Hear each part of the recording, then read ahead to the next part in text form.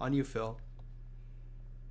Thank you, everyone, and welcome today. Today we've got Angelique, Racki from the BCAI, founder and executive director, Breaking Chains, Advancing Increase. Thank you so much for being here. So we were talking a little bit just a few moments ago about some of your martial arts background, and I am super curious to hear more about it. Where did you get into martial arts, and who enlisted? So I have a dual black belt in Hapkido and Hosinsul. Wow. So I practiced under Grandmaster Joshua Dingler, who was running combat martial arts at the time. He is currently the chief of police of Downs, Illinois. And he's pretty much focused on that. He doesn't, from what I understand, he's not training anyone anymore.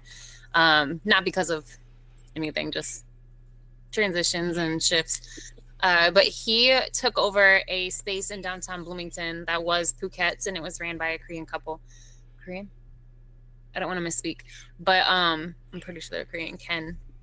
But anyways, he took that over, and he turned it into the Chinese tea emporium, and that he had put a dojo in the back and started training people. And so I used to go there for tea during the day, just randomly, because they would have Chinese tea ceremonies, and we would just sit there and talk like the group. It's just Chinese tea ceremonies are really, really pretty powerful when done properly. But yeah, we would just talk about anything and everything. And then I just decided I need this. I want the physical self-defense to back up my mind. My mind is very strong, and I would like the physical to back it up and be able to defend myself if it happened. Plus, I had at the time a very significant fear of being raped. It was just a I don't even know where it came from, but it was there, and I wanted to have everything in my pocket. I wanted to have as many tools in my pocket as possible to avoid that, and even maybe help in a situation against somebody else hurting someone else. So yeah, I started with him and got my black belt. I want to say, see, I started in 2012. I'm trying to remember. I think it took maybe 7, 8 years. So yeah, Yes, I actually I've done some training in Aikido when I was I have a black belt in Taekwondo, and great. the master that we had, he dabbled in everything. He would go to jujitsu seminars. You know, this was back in the Yep. '90s, in the early '90s. So jujitsu was just coming into America. So he was going to these jujitsu seminars. He was learning about military impact fighting. He was teaching us judo hip throws, arm bars, just all these wonderful self defense tactics. And the one that I really think he missed on, and I really wish I would have learned, is the triangle choke. I feel like the triangle choke, just being able to get that leg up over the head, and then putting that other one on, pulling the head and everything in. I feel like that's just something that should be in every human being's arsenal.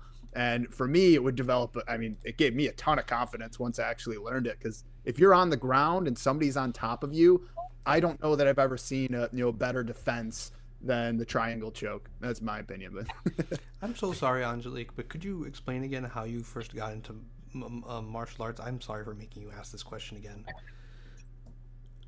Like repeat everything I just said. I'm so sorry. I'm so sorry.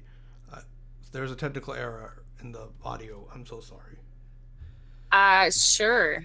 It won't be as good, but yeah. It's So okay. We'll make it great. okay. I I got into martial arts, so I have a dual black belt in Hapkido and Hosinsul. Joint manipulations are super fun. I love close combat. I love. I'm at home close up. It's fun for me. Uh, You were we, huh? well, you mentioned like doing it at this place that's owned by what you think a Korean couple, I think, who I they were was doing. getting there. Oh, I was getting there. So I was going to, I would have tea, a round of tea, Chinese tea ceremonies at the Chinese Tea Emporium downtown, which was owned by, not at the time, but current Grandmaster Josh Dingler. And he had a dojo in the back. And I started training in 2012 because I had a pretty intense fear of being raped and overpowered. I'm not really haven't fully worked out where that came from. But I did, and I wanted to learn so that I could not only defend myself but others if they needed it. And yeah, so I started in the back of a Chinese tea emporium dojo. So, and are you still training to this day? I wish I could say yes. No, I am teaching. I don't actually have a dojo at the moment. I don't have a teacher at the moment. And plus life took over. Life took over, and I never wanted to be one of those people that got their black belt and quit. But circumstances kind of forced that hand, and it really sucks. I'm sorry. I don't like being a statistic in the wrong way. Yep. It was not my choice that I stopped. Right after I got my black belt, and then a year and a half later, I got my Kuki-1. So I was actually registered in South Korea, and it was maybe 6 months after that I had to quit, but it was just because we couldn't afford it anymore. But that, that's life, right? Yeah. So tell me a little bit about the BCAI. The BCAI. I always think it's funny when people call it that. It's just funny because people do it a lot. It's funny. But it's BCAI Cultural Arts and Humanities. BCAI stands for Breaking Chains, Advancing Increase. So that's the what we do, and Cultural Arts and Humanities is how we do it. So the Cultural Arts and Humanities is the catalyst that we utilize to give people back their autonomy, to help them kind of recoup it. And so once that happens, their brain starts to not necessarily rewire, but like dismantle and unravel the wiring that has been forced upon them by either society, their parents, their siblings, abusers, literally across the board. So what we do is extremely important and very valuable. I don't know a lot of other people that are doing it. I know there are people. I wish I could connect with more entities that are doing this work, because we are pretty much the crossroads of like arts and cultural arts and like the social services. Like we're that crossroads. So we have a strong partnership with Creative Healing Art Therapy. They're in the same building as us. It's led by Carly Johnson. And what we do is we make sure that each student has access to either therapy or diagnosis if they need it for more attention in school, or if they need resources. We make sure that every family gets that, because when you have a child that needs to learn, the easiest way to lose them is keep them in survival mode. They'll never be able to absorb any information because they just can't. They can't, because they are either focused or they're scared of the situation. They're anxious. They're depressed. They're worried about their family. You know what I'm saying? Especially right now, if you don't know about world events, you cannot properly teach. Your students are getting lost, and you will not know how to recoup them if you have no idea what their family is terrified of or what is happening right now, or you know what I'm saying, across the board. So BCAI is that catalyst entity that makes sure parents, youth, children, teens can see themselves as more than just a number. They return to themselves. And when they do that, they start finding why they're here. They start doing it because we're making sure that they can. We give them the platform. We give them whatever skills, whatever resources they need, connections, a network, anything like that. So that's pretty much basic. Yeah, it's really deep work. We make sure that every individual knows that there is nothing wrong with them, no matter what they've been told and taught and have chosen to believe. So how did you first start BCAI in the first place? This is something I've always wondered since I met you. I was supposed to go to school for architecture, actually. Right. I remember that part. I remember. That's what I really, really wanted to do since I was a kid. So I got my associates in the arts from Heartland Community College. And then I went to Georgia to Savannah College of Art and Design, which is where I wanted to go since I was like 16. And did the college visit. And then when I came back, it was like fall of 2011. And I just didn't have any desire to find a place to live, to find a job down there or anything like that. Cause I was going to move in the spring to get ready for the semester or whatever. And I just wasn't getting ready. And then all of a sudden this idea, I was like, well, I'm already teaching dance. Why don't I just open a school? I can do that. That's easy, right? So that's what I did. That's what I did. And it seemed like almost everyone I knew at the time, majority, were all single parents. And everything is so incredibly expensive for single parents. And so I wanted to build an entity where you could get quality like art training without having to like choose between survival for the month or making sure your kids have what they need. So I don't want anybody choosing between purpose and survival. And so then that in the last 13 years has evolved into what it is now. So yeah, that's really cool. And so I'll just share this real quick about me. So I used to live in Normal, Illinois. I lived there for like 3.5 years. And while I was there, I sat on the board for the Child Protection Network. And we did a lot of really great work helping support the Child Advocacy Center and CASA, your court-appointed special advocates. Yep. And I am just super duper proud of the work that we did there. We helped get new literature into the CAC that could help identify sexual abuse and young children. We actually put one of the first preventative education into the elementary schools and in the state. So I mean, and that's so really what it does is it gives people who may not know what's going on, like me. I may not have known that I was in danger until I see the story or I have the tools to say, hey, this wasn't quite right. And it gives you this voice and you can articulate. And, I found that to be incredibly powerful. That's amazing. So it's good to see like other people in the community that have these same ideas and these same ambitions to really just create an opening for the arts. Because, my wife was a school teacher, and in the school that she was in, they kept talking about cutting the band and funding like $1 million into the football program. Yeah. I'm like, football is great, but I mean, it's music, it's art, it's a universal language, it's mathematics, it's science. Like, why would you rob people of their ability to create and their access to it? It just seems so fundamentally backwards to trying to educate someone and help pull them into this, progressive reality where they can think critically, they can make decisions for your own time. And I really love what you said about autonomy. I have a friend of mine who's a big time artist. He hit it big. And one of the things that he always talked about was calling the shots with your own time.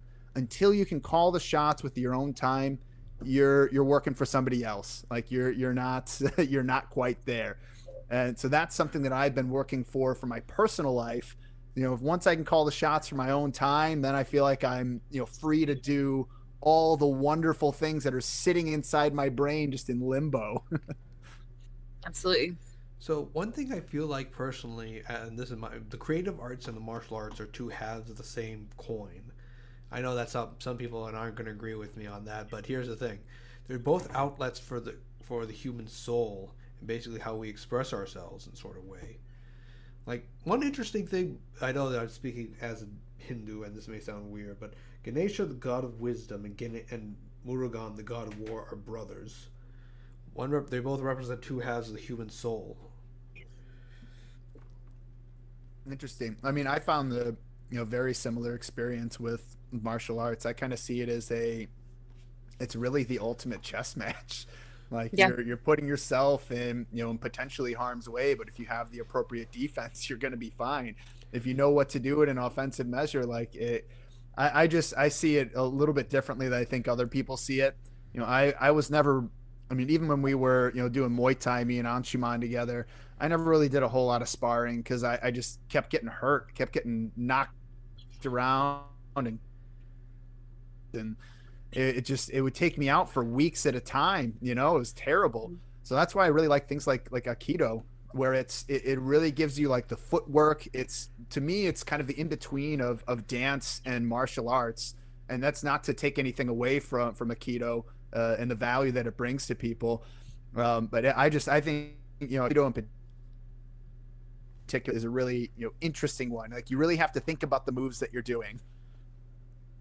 Absolutely, absolutely, and no, that's absolutely accurate, Anshuman. The creative arts and martial arts, there are two halves, and they not only overlap, but they are one and the same.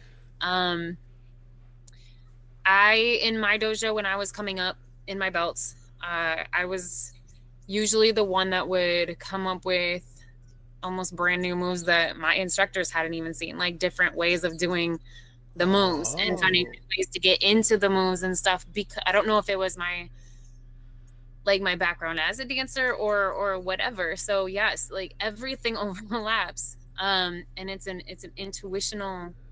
intuitive, I guess is the proper word in English. An intuitive thing, and it should always be an intuitive thing.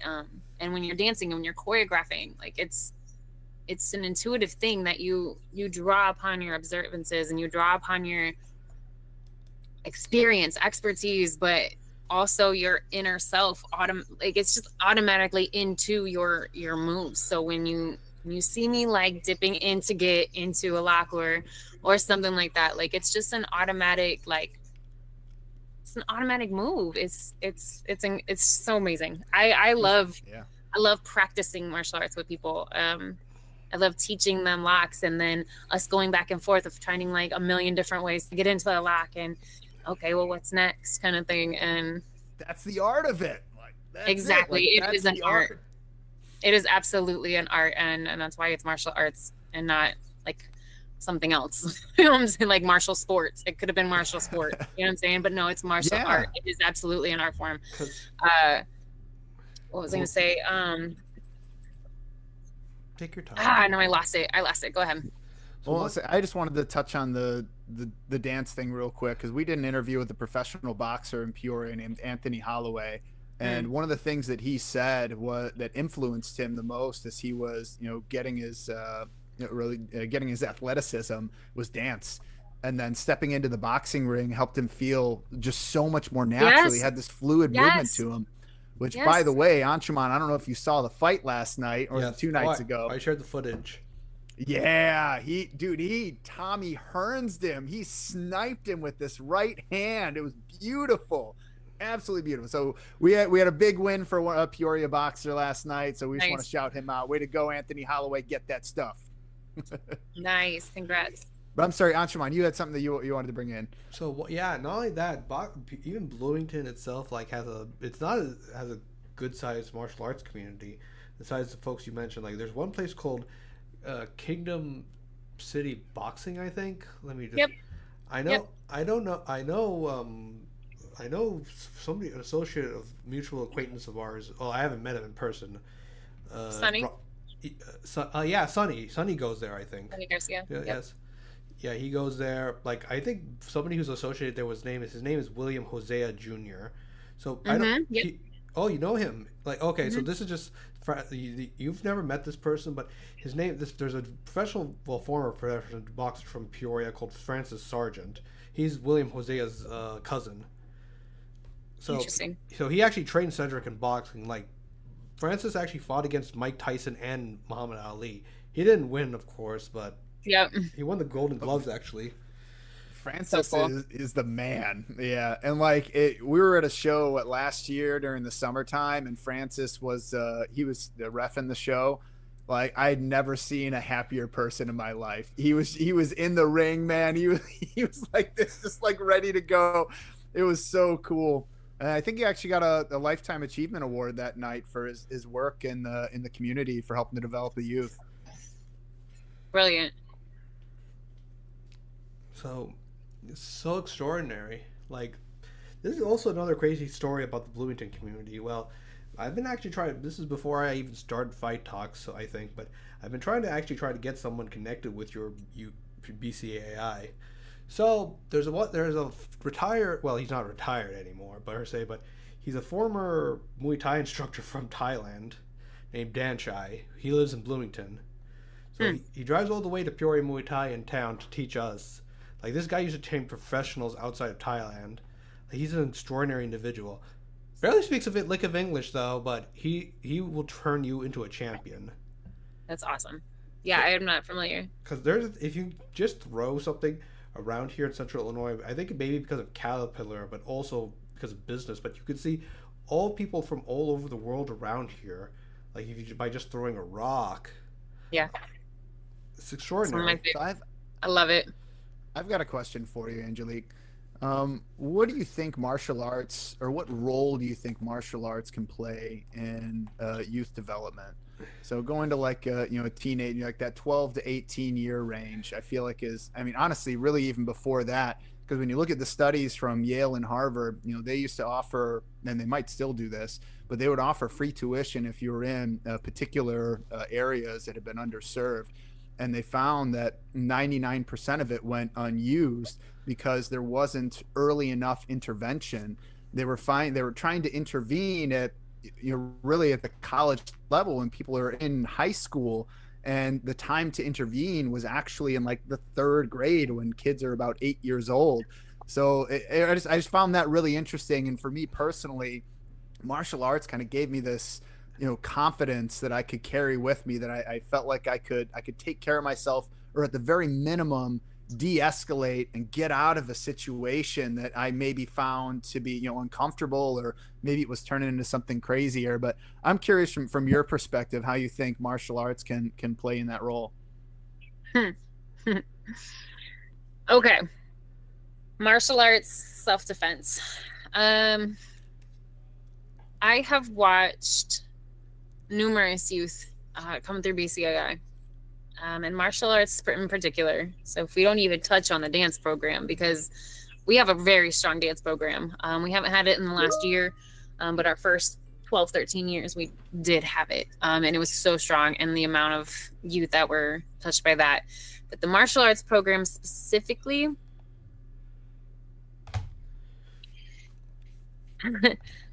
when you know that you are ready for things to happen to you, you're not focused on what am I going to do if things happen to me.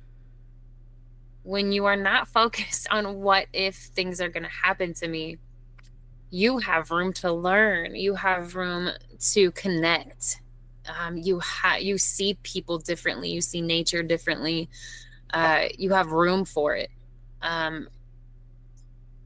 When you create a martial arts family, it's almost stronger than any other family. When you bond over something so physically demanding, I suppose, to an extent, and mentally demanding, and you're learning it together, and you're growing with it together, there's this feeling that you can go into any room, and it's almost like that family's with you, even if they're not. So there's a major feeling of security that gets developed through martial arts training, adult, youth, anything, but you are asking specifically about youth development.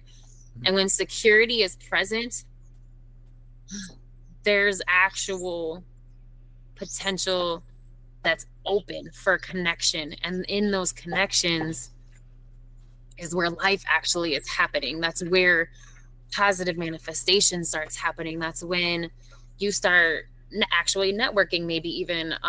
But you are absolutely right about 8 to 10 is when they're almost at their creative height. That is like their pinnacle. And about 11 years old, about junior high, 6th grade, everything, your entire world shakes. It's a hurricane, it's a earthquake, it's a tornado, it's a tsunami. Everything happens about puberty. And it's just across the board. And it's so difficult because about 8 years old is just like you said, about 8 to 10. If you did not implant some type of foundation into their existence, when that happens, when puberty happens and all these relationships start falling apart, they feel insecure, they feel whatever. There's no foundation, right? And so, but when there is, it's a little easier to navigate, or you at least have some type of confidence in confiding in somebody else. versus when your foundation is rocky and there's nothing there. Like when I was growing up, I had absolutely nobody that even tried to understand me. So I was on my own. I was absolutely alone in trying to navigate the world with my brain. Brutal. And so when I see other kids that are on the same genius levels and I see their creative potential, I want to make sure that they know there is absolutely nothing wrong with you. What do you need to make sure that, you know what I'm saying? And so I want to make sure, anyways, we're not going to get into that tangent, but yes, youth development, security is everything. And when you, like I said, when you can defend yourself, when you know you're ready for so many different things, because it's not just physical. It's not just if somebody pushes you, or that you know how to roll properly, or to break fall, or that you know how to duck, or, you know what I'm saying? That's not just that. It's mental. We train so that we don't have to fight, right? That's what you're supposed to, that's what it's supposed to be.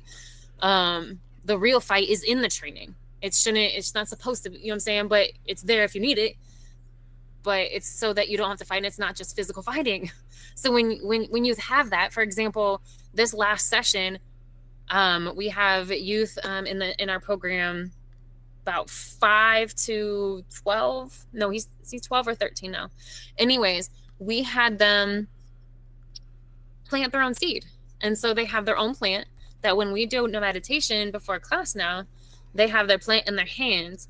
And we have one student who, one of the reasons we even did this is because he has zero self-worth.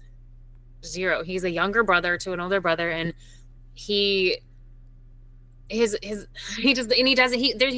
zero idea how to even communicate why, or if he even gives a shit about it anyways. And that's a huge problem. He's so talented. He's so good at martial arts. He picks up on everything like that. But he will be the first one to talk shit about himself and say that he's not ready. He didn't even test when he was ready because he was not, and he shut all the way down. And so I'm like, what if we get them to see these plants as a completion of themselves, because that's what plants are. They feed us oxygen, we feed them carbon dioxide. It's literally, you know what I'm saying, we feed each other. What if they would meditate and they don't even have to speak it out? Because there's been so many times, how many times have you had in your life where you don't even know how to communicate what you're feeling? So what if you just telepathically gave it to your plant, and then they give you life back, and that's how you meditate? And then you can, at the end, you can speak life into your plant, like, you got this, you can grow and stuff like that. And then you put it back on the windowsill, you water it, put it back on the windowsill. Little things like that make a huge difference. So it's not just physical that we're preparing them for. It's giving them a sense of security that, yes, nature has your back even. You know what I'm saying? So it's so much deeper than just learning some takedowns, although that is their favorite day. And then we also have this. We also have a football training dummy that I think it's labeled Big Block Roger. And so obviously its name is Roger. So what we do is we teach them how to do flying knees with it because it's fun. Not because everyone should be like Tony Jaa, although we all should, because he's literally my favorite. Thank you for mentioning that name. Yes, I was working at the movie theater when that movie came out. Oh my God. All went, he's my favorite. Every single one of us went into the movie theater, and there were 7 of us just standing there watching Tony Jaa perform these incredible feats. And then the general manager comes in and he just stands behind us until one by one we turn around and we get thrown out for being.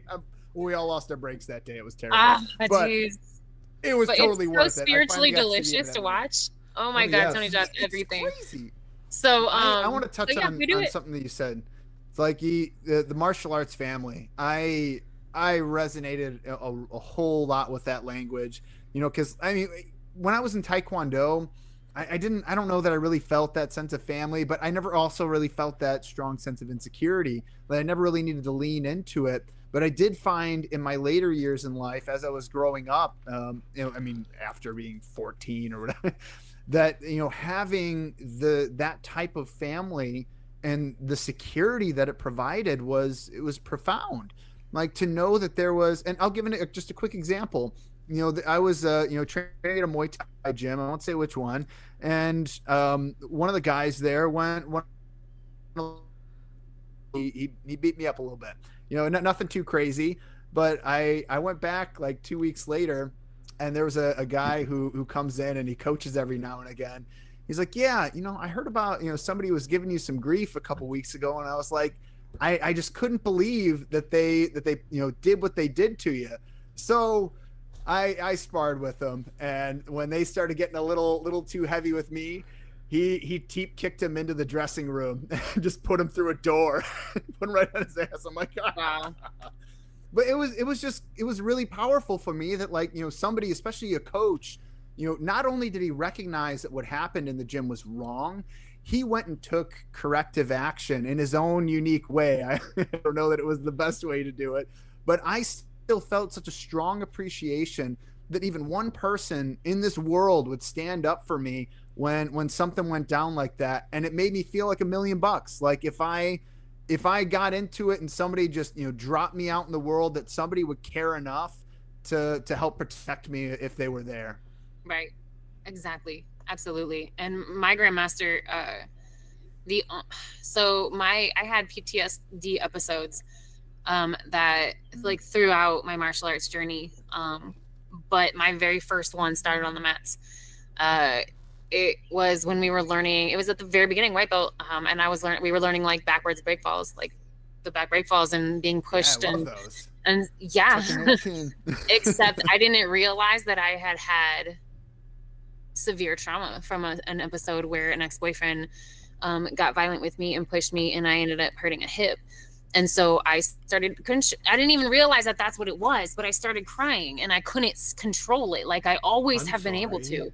I could not stop the tears. And so once Grandmaster realized what was happening, he had me go to the bathroom and collect myself. And it took like 30-40 minutes for me to collect myself. But he came and hugged me and then sat with me until he just knew. He always instinctually knew. So when it would happen, like it happened during testing, it would happen. And so like I would be hyperventilating because I had this man on top of me and I could not figure out what move was needed and how to get out from under this guy who was, you know what I'm saying? But it was testing. That's what was supposed to happen. Yeah, well, I hear you, because you start to like panic and you're like, I need to do this, and then you just start kind of like wiggling, and then add onto it that woman being on the bottom and the man being on top and being overpowering you, and then you getting so pissed off that you cannot get out from under him. So how are you supposed to survive in the world? And so I'm getting so angry with myself, and then so it's the trauma and the rage at myself, like all at once. And it took me a while, you know what I'm saying? So like it happens on the mat, and to have a martial arts instructor that not only knows how to teach martial arts moves, but also knows how to protect their students against themselves or against trauma, that is fully trained in PTSD, understands just being trauma informed in general, and knows how to be like hold space for their student while like on the mats, you know what I'm saying? It was so, and knows, and everyone at our dojo, like if somebody is having an episode or something, you turn around. If something happens to their uniform, you turn around. Like it's out of respect. Like you face your back to them so that they can collect themselves or whatever, and they're not being stared at. It's just a respect thing, and an honor thing. And that's so crucial. It's so crucial. Because what if he didn't know that? And he was just like, no crying on the mats. There's no crying in martial arts. Like, what are you doing? And then I would never have come back because I didn't feel safe. So Sounds like can I just point something out that you said in there that really just kind of, it hit me a little bit, and I want to address it. You said when you were underneath, you had a man on top of you, and you were having these emotions. The rage that you were feeling was being pointed towards yourself. And I found that to be that resonated with me, because you would think if you were a person in that position that you would have rage towards the person that maybe made you feel that way, or maybe you would have rage towards the person that's putting you in that position right now. But you very aptly pointed out the rage that's pointed towards yourself And I was wondering if there's anything more that you could share about that. I mean, if you really want a tangent, I'll try not to. When No, tangents are good. when when you when you are used to moving about and navigating the world on your own because society has taught you that everything about you is wrong, and you haven't found your people yet. There's not really people that get you, and if they do, it's only to an extent, and then you're left with the rest by yourself anyways. You're just alone. And I have always been an empath, and that gets manipulated a lot. So like when you have that seclusion, you just everything. And then on top of it, if you remember me talking about the troubled teen industry, when you're in those boarding schools, they brainwash you into like, it's great to teach kids accountability is extremely important, but they took it from this healthy zone down into your traumas are your fault. You need to find out what you did, what you could have done differently, you know what I'm saying, too, so that this didn't happen. Yes. And you realize that, oh, okay, so every way that, it's in, and so that I'm still dealing with that. I still feel like it, like, and that's my biggest thing is protecting these teens and these, because the world and these conservatives and just all these ignorant people that have no idea anything about child psychology. A child up to like certain ages, they're the product. Like they're not even themselves. So like their behavior has to come from something. They're not just behaving like that because they were born an asshole. You know what I'm saying? Like if they're having trouble in school, if they're like, find out what the cause is. What is the root? And so here I am being blamed for my behavior that I was taught to learn in order to survive. And I'm getting blamed for that behavior. So then later on in years, you know what I'm saying, everything is my fault. If it's, you know what I'm saying, while Yes. And there's a dichotomy going on though, because I was also always playing, like not always play, I played the victim in my head. I wouldn't, you know what I'm saying? So like things were always happening to me and everything like that. So it was just always about me because I didn't know what else to do. I didn't know how else to be. No one Takes away taught your me sense of control, and you have to be able to figure that out. And Yes. something that I think is really important for people to know is if you're a part of the neurodiverse community, particularly autism, ADHD, you will receive 30,000 more corrections in your adult when you're from 0 to 18 than a neurotypical child would. And those Wow. types of things can be absolutely crushing to Yeah. self-esteem, especially when you have people that perceive themselves as gifted or even are very gifted, but they see themselves as not being gifted. And they'll talk themselves out of doing things that they really love and are really great at because of those negative things. And they become Yes. this audio player in your mind. And I remember one specific time for me when I got my Eagle Scout, someone very, very close to me, it was my dad. He cut me down. He pretty much said that it was that he did it and that it wasn't really something that I did. And it really took the teeth out of like one of the proudest moments of my life, something I worked 7 years for. And I never really forgave myself for that. And then I started looking back on it and I was like, wait a minute, like I did real good for the community. Like I did this myself. That's my name on there. Like I got probably 5 different awards from, community service organizations in the community. And like, I wrote it all off as, oh, this is just what happens when you're 18 years old. But no, like I worked hard for that and I couldn't celebrate it. And things like that are just so frustrating. I see it so constantly, and particularly people that are part of the neurodiverse communities. So anyways, Mm-hmm. I wanted to bring that up because it's something, near and dear to my heart.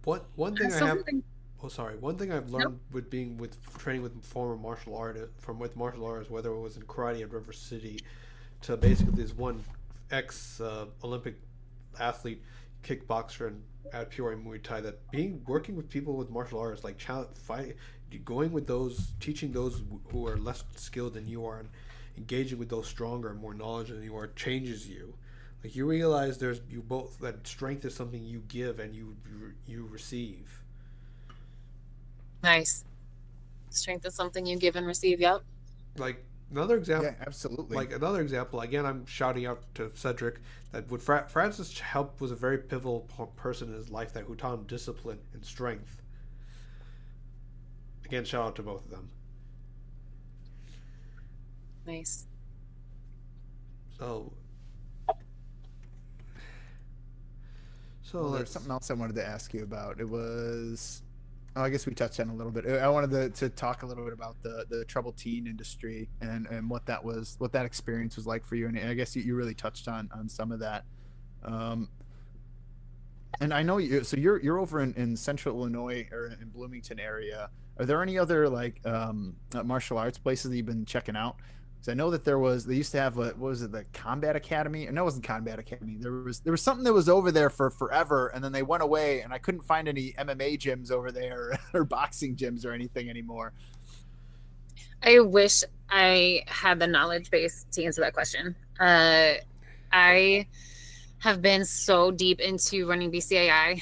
That's just not an avenue that I pursued. I've been running BCAI, but not by myself, but the bulk by myself. So like just all that pressure and like the day-to-day tasks and everything, and then plus the vision of it and running multiple programs and such, and community events and all the things. It hasn't been something that I could do. I couldn't name 5 dojos here. I know that there's the usuals that you see on all the billboards and stuff, but I usually tend to gear towards the more, I tend to gear towards the ones that aren't on billboards and stuff. But I know that there's a couple like really, really great ones, and I know who to ask about what those are. I just don't have them in the forefront of my brain right now. You're kind of like me too. Like once I know the person I need to ask, I'm like, when the time comes, I'll give them a call and I'll go seek that thing out. But until then, I don't need that information rattling around in my brain. So it's frustrating. So one thing we could explain why we're doing this podcast, Angelique. So this project of Peoria Life is called the Peoria Martial Arts Forum. One of the things is that we know that Peoria, not just Peoria, but Bloomington and other parts of the central Illinois area, we have a thriving and notable martial arts and combat sports scene. Like we have Muay Thai, Jiu-Jitsu, boxing, wrestling, Hapkido, and like, for example, another person I'm going to shout out named Marcos Hashimoto at Bradley University. He's a former karate master from Brazil. Like he kind of doesn't practice anymore because that certain style he can't find any gyms around here.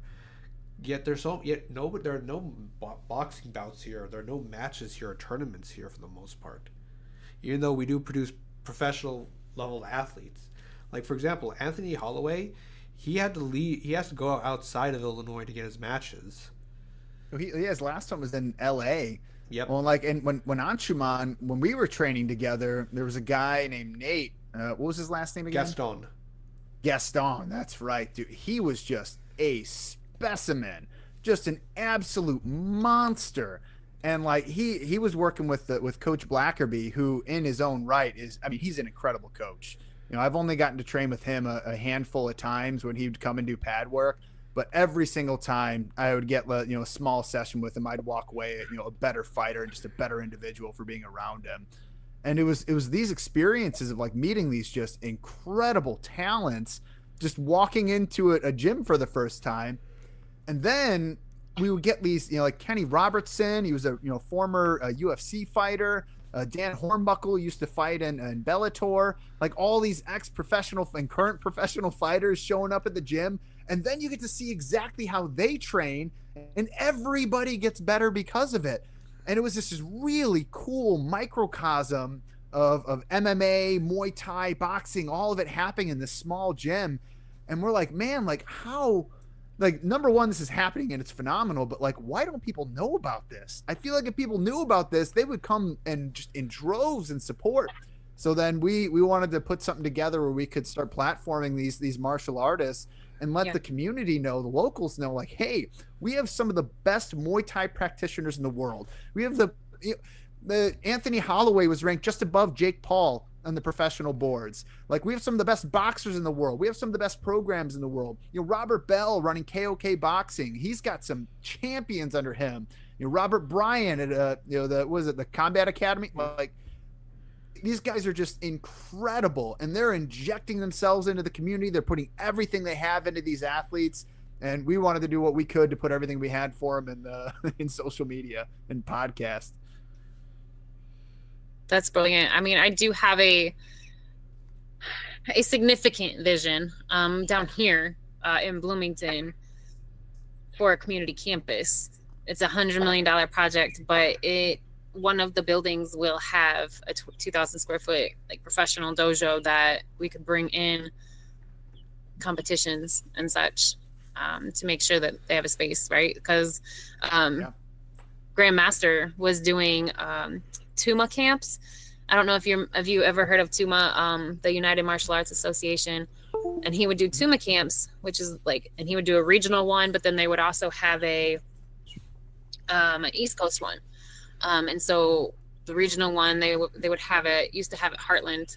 And the most recent one, the last one that happened was 2019, I want to say, and that was in Downs. But that was so powerful for that many dojos to come together. And then you meet the other black belts, the other instructors, the other dojo like owners, and you get to learn their styles. And it's all in a pressure-free space. You're literally just learning other people's styles. I think that is like one of the coolest and most powerful things I've ever been a part of is those. Yeah, let's do that. We should make one of those. Yeah, it definitely needs to be made again because it's very, very powerful to just show up somewhere and just be honored and respected for being a martial artist. No one's bullying. No one's looking down on you for, you don't know this, but you're a black belt kind of thing. Like, it's none of that. It's okay, you're going to teach jiu-jitsu, you're going to teach Hapkido, you're going to teach Racki, you're going to teach, you know what I'm saying? And you do all of these different, and it's so cool. That's so cool to me. Like, I would love to. And they have 2 mats going on at the same time, so you get to choose, and it's a whole weekend, and it was just so cool. So yeah, I would love to have that again. I won't be able to get my campus. I'm not sure when I'll get my campus. But yeah, I feel like it's in the works, but it's going to be a minute. Got supporters over here. I mean, we're definitely behind you. And I mean, I know that in like Normal, Illinois, they built that new event center, and they haven't been attracting the events that they've been looking for, at least a number of them. So they would be a likely candidate to host something like that for an affordable price, especially if it's somebody in the community. So I'm just saying, I think that there's opportunity for us to do it without spending $100 million and creating access now, as opposed to maybe 10 or 15 years from now. Or I mean, maybe we get some grant money next year. That'll be cool. And just build a giant event center and let people come down. But I'm curious, what's your vision on that event center? So like, you have a dojo in there, but what's the grand idea, if you want to share? So that $100 million campus, there will be that main building that has a giant foyer with like nooks in the walls that you could just sit inside the wall and like read or chill or whatever. Every floor, there's gonna be at least 3 or 4 floors, and each floor for the foyer will have slides going down, so that you don't just have to do elevator or stairs. You can take the slide. That's important to me.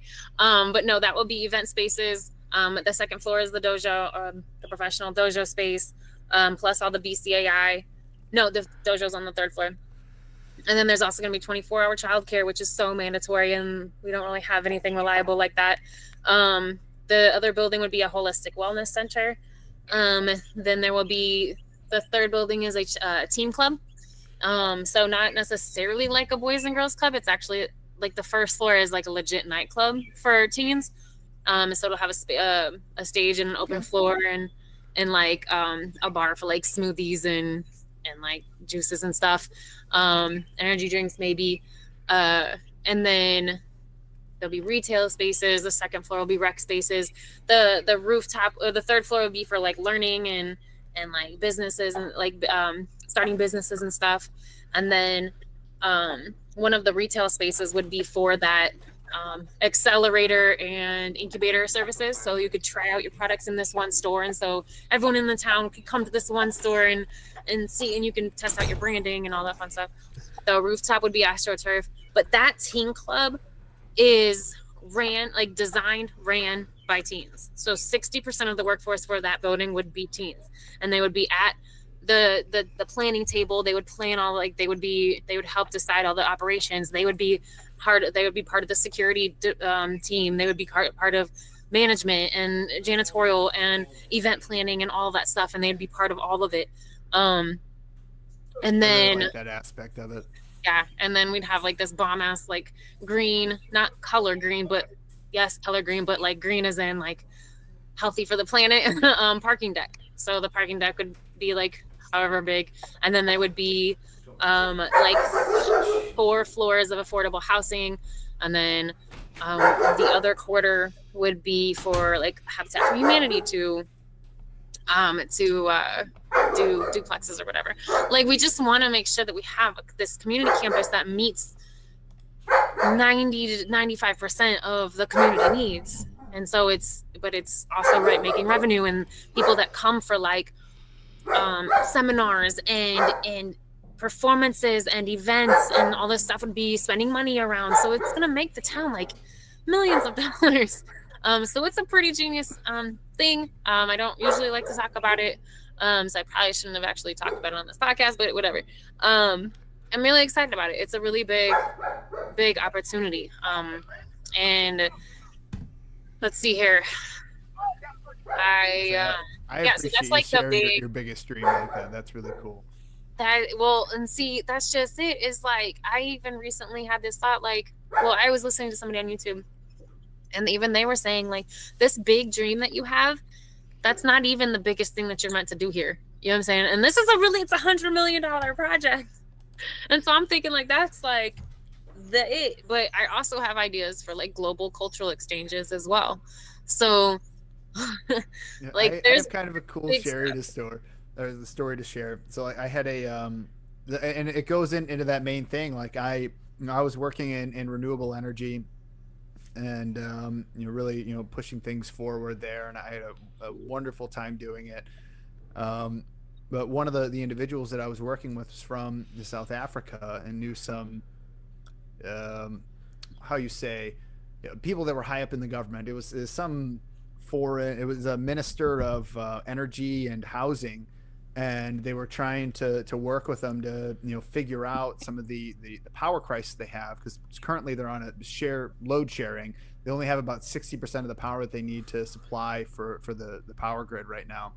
And so I spent, took me about a month, but I spent some time, and I put together a project, and I pulled in some key individuals, and it was going to wind up being like a multifaceted, like hundreds of millions of dollars invested. But I figured out a way to solve the power crisis, and then on top of that, without using nuclear energy, which was one of the challenges, and then on top of that, we were also able to I looked into some new technology in concrete, and was able to develop affordable housing that you could do up to 2 stories high, and you could create all local infrastructure. It was all carbon negative. It was fireproof and earthquake proof, wind proof. Because like right now, the concern that you have is like in South Africa, there's these big towns, and they're all like kind of on top of each other in these poor communities just on the edge of the town.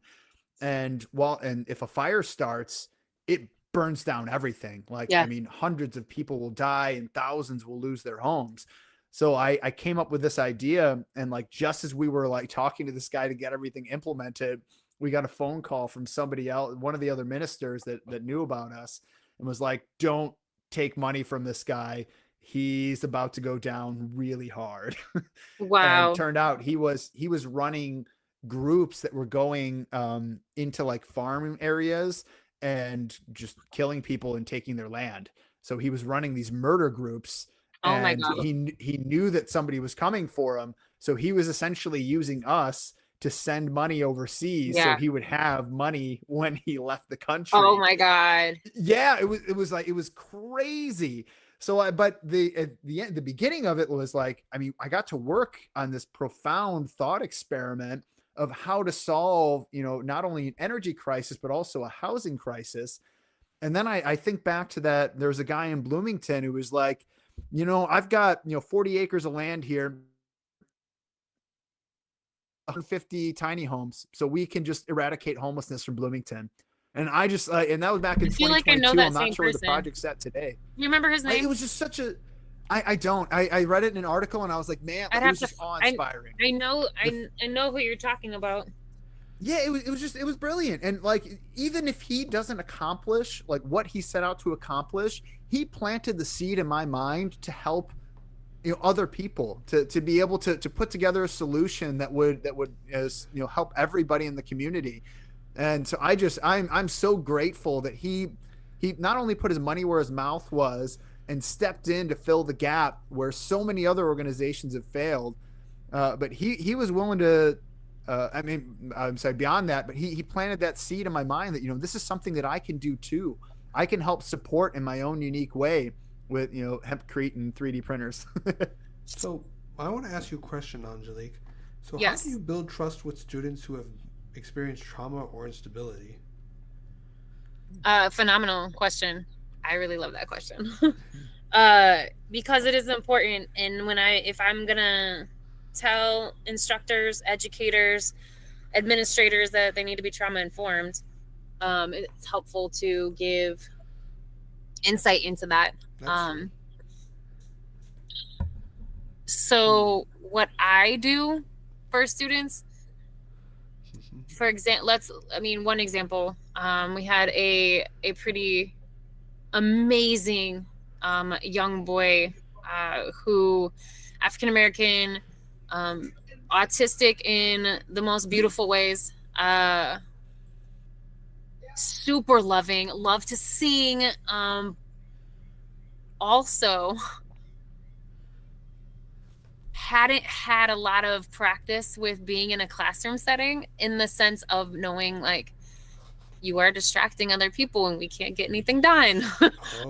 And so having to balance, so this isn't necessarily trauma, but we eventually found out that there was trauma, because yes, on the mats we were able to start, like, little by little. His mom is so used to apologizing for him, and I kept having to tell her, like, no, stop. Stop, because he's safe here. You don't need to do that. I am trying to tell you that he is actually improving. You may not see it because you're used to what the teachers are telling you and what everyone else is telling you, but I'm telling you, he is improving. He is getting it. It may not seem like it, but I see those little things. So first is making sure the parents deconstruct and undo what the world has done to them on behalf of their child. Because you need that parent, because you only have that child for 1 hour a week. You know what I'm saying? Oh. They're with the child all the rest of the hours. So Yeah. if, like, that's mandatory first. That's one, is making sure the parents understand there's nothing wrong with your child. And I am so sorry that everything in their life has told you something different, but you don't have to defend them here. I will defend them. Okay. And so that's one thing. But then when he then went from being in our martial arts class to then doing our summer camp, and we did it at Illinois Wesleyan. We were holding it at Wesleyan in classrooms, like their classrooms, which we didn't think anything of it. But we noticed that he got really, really triggered very easily in those classrooms, as opposed to BCAI's studio. So we had to notice that. And then so we had to restructure the summer camp for him, not the whole camp. Everyone else still got the full camp, but he maybe only came for certain days or sessions that we would put out, just to make sure that he felt safe and included and still got the benefits of it, right? So adapting and like making sure you have enough help to do this.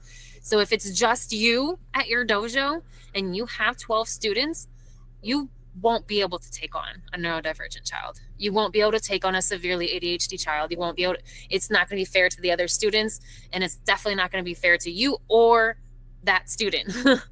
They're going to feel like the problem, and it's not their fault that you don't have enough staff, right? And so that's been my problem multiple times, is that we just didn't have it. So I made sure that we started having more capable volunteers or other people that could come in to help with these classes when I knew that he would be there, something like that. So that's one. Another thing is, part of martial arts is learning to not be distracted in the first place, right? So there's a learning opportunity for everyone in that classroom, in that dojo, on those mats. There's a learning opportunity. So I want to make sure that, one, this neurodivergent child knows that there's nothing wrong with them. They are not a problem. You know what I'm saying? They need to know that, while also teaching them little by little that there's a class going on and you're part of it, but we're not accomplishing much because I keep having to come over here, right? So little by little, but making sure that the wording is on purpose, it's intentional. And I venture to say that the person that can communicate that the best is the neurodivergent educator who was shut down by education systems and parents and etc. We know what not to say because we know what feels like shit. And that would undo the work that we're doing with this person. So giving them the space to be themselves, while dichotomy also teaching them how to be themselves in certain settings, right? So you need both. I need you to stay who you are, please, but I also need you to understand that there's a whole world out here too. It's not just you. And so if you get to be yourself, they need to be able to be themselves too. So we got to figure out how to coexist. And that's lessons for him. That's lessons for the rest of the kids on the mat. And then the student that I mentioned earlier who self-worth is like super low and doesn't know how to communicate. He has days where he is just completely shut down and he's not going to answer your questions. But he will do some of the drills, maybe. And the parent needs to be okay with that, him having a bad day. I need to be okay with that. The other instructors, you know what I'm saying? Like, if we don't want to do stuff, we don't want to, Hello, Soul. Hey, yeah. Hey, Soul, you miss me? So great to meet no, you. Soda's inside. Soda's not this little anymore. Oh. That's my. the theory. I've got a 5-year-old and a 3-year-old. That's adorable. Yeah, he's 2.5 now. So I wanted to touch on something real quick. So there was actually a really fascinating study that they did on neurodivergence and communication. And what they did was they take individuals who are neurodivergent, and they would place them into rooms with neurotypical individuals. And they found that all of the things that you would typically find would happen with neurodiverse. And then they took those same individuals and they dropped them into a group that was just other neurodiverse individuals. And you know what they found? There were 0 communication issues. They communicated just fine. It was just a difference in perception and how they were communicating their perceptions that kind of drove a wedge between the neurodiverse and the neurotypical minds that you would find. So I just thought that was really, really interesting, because that something like that really resonated with me. Because how many times have I been in a room and I felt super uncomfortable and I didn't know why? And then the same thing on the other end. I'm like, certain people I just gravitate towards and I can talk to for hours, and I just could never really understand why. And it's like they're likely neurodiverse or part of that segment, just like me. Right, but like when you're speaking with trauma, like that youth that has the self-worth issues, there's trauma there. There's parental trauma. There's societal trauma. Like we work with ACEs scores a lot. So are you familiar with ACEs scores? No. Adverse childhood experiences. You need to look it up. You should know your own. That's really important. and being trauma informed. But these students, they have a lot. They already have a lot coming in. And one of the most important things is not to push them. If you're pushing them and they're not ready, like just as adults, we don't want to be put, like we have these unrealistic expectations for youth to regulate their emotions and to behave certain ways and shit. We don't even know how to do it half the time. Yeah. So we need to have a more realistic relationship with youth, from adults to youth, than is currently in reality. Period. Youth, it needs to be understood even that, for myself, like, I was just saying that it's imperative to understand that every new generation that comes came for the one before it. So it's not we're here for them to teach them how to do everything. No, they're here for us. You know, everything that we're struggling with and that we're triggered by and everything, that they seem to have a lot of the answers if we listen and pay attention. But yeah, so while we're teaching them how to survive and not get themselves killed, which is really what I have to do with my 2.5-year-old. It's like I feel like just keeping him alive is the whole thing. But at least he's experimental and he loves living life, and great. Anyways, but yeah, I want to you gotta make security. It always goes back to security. Yeah. When adults throw temper tantrum, when we are yelling at kids, that's a temper tantrum. Yeah, you know what I'm saying? I was just gonna touch on that because, like, I find that, like, I've got a 5-year-old and a 3-year-old, and like they start fighting about stuff, and I'm realizing as you're talking that when I'm, if I'm getting frustrated and when I start getting loud, it's because I'm not adequately prepared for the conversation that needs to happen, and I've mismanaged the expectations in my mind about what a 5-year-old or a 3-year-old is fully capable of. And that's not their fault. And me yelling at them is just reinforcing the stupidity behind, or the ignorance behind myself. And if I took the time, I have to check myself daily.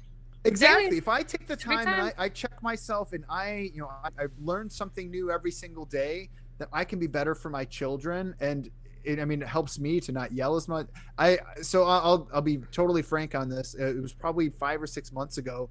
I just found myself like in this state for like a few weeks where I was yelling at my children for like just too often. Like I wasn't communicating in a way that was healthy, and it seemed to just escalate so rapidly. And I really had to take a step back and look internally and go, what am I doing here? Like, these are my children. Like, I've taught them everything that they know. And if they're not ready for this, particular mandate that I've, set up in my head, like, they're just not ready for it. And I need to be leading with grace, but I also need to give myself some grace and say, hey, it's okay to make a mistake. Own it. And when I make a mistake, and if I yell at my son, I'll come back to the table and I'll go, you know what? That was really inappropriate. I shouldn't have yelled at you. Yeah. This is the way I would like to handle it in the future. And then I'll gain agreement with him on it. And that's what we do. And he helps hold me accountable, and I help hold him accountable. And it's this beautiful symbiotic relationship, but it requires this tremendous amount of mental effort to continue to move forward. And then over a period of time, it becomes a lot more natural. I still myself feeling really frustrated right now. You take a pause, then step away for a moment, come back. Yeah. What's up, Anshu? So just to let you guys know, we've kind of went past the 1 hour mark, so we're gonna have to bring this interview to a close. I gotta get the baby anyways, but thank you for everyone for watching Peoria Fight Talks. Thank you, Angelique, for being on our show today. And for those who don't know, please, if whatever you can, please support BCAI. I didn't butcher it, did I? No, BCAIarts.org. You do need to know, if you go through PayPal, that they will take a fee out of what you're giving us, so we won't get the full amount. So I recommend using Venmo, BCAICAH, and then, or send us a check. If you need to reach out, just reach out. You can get our contact information, either social medias or on our website.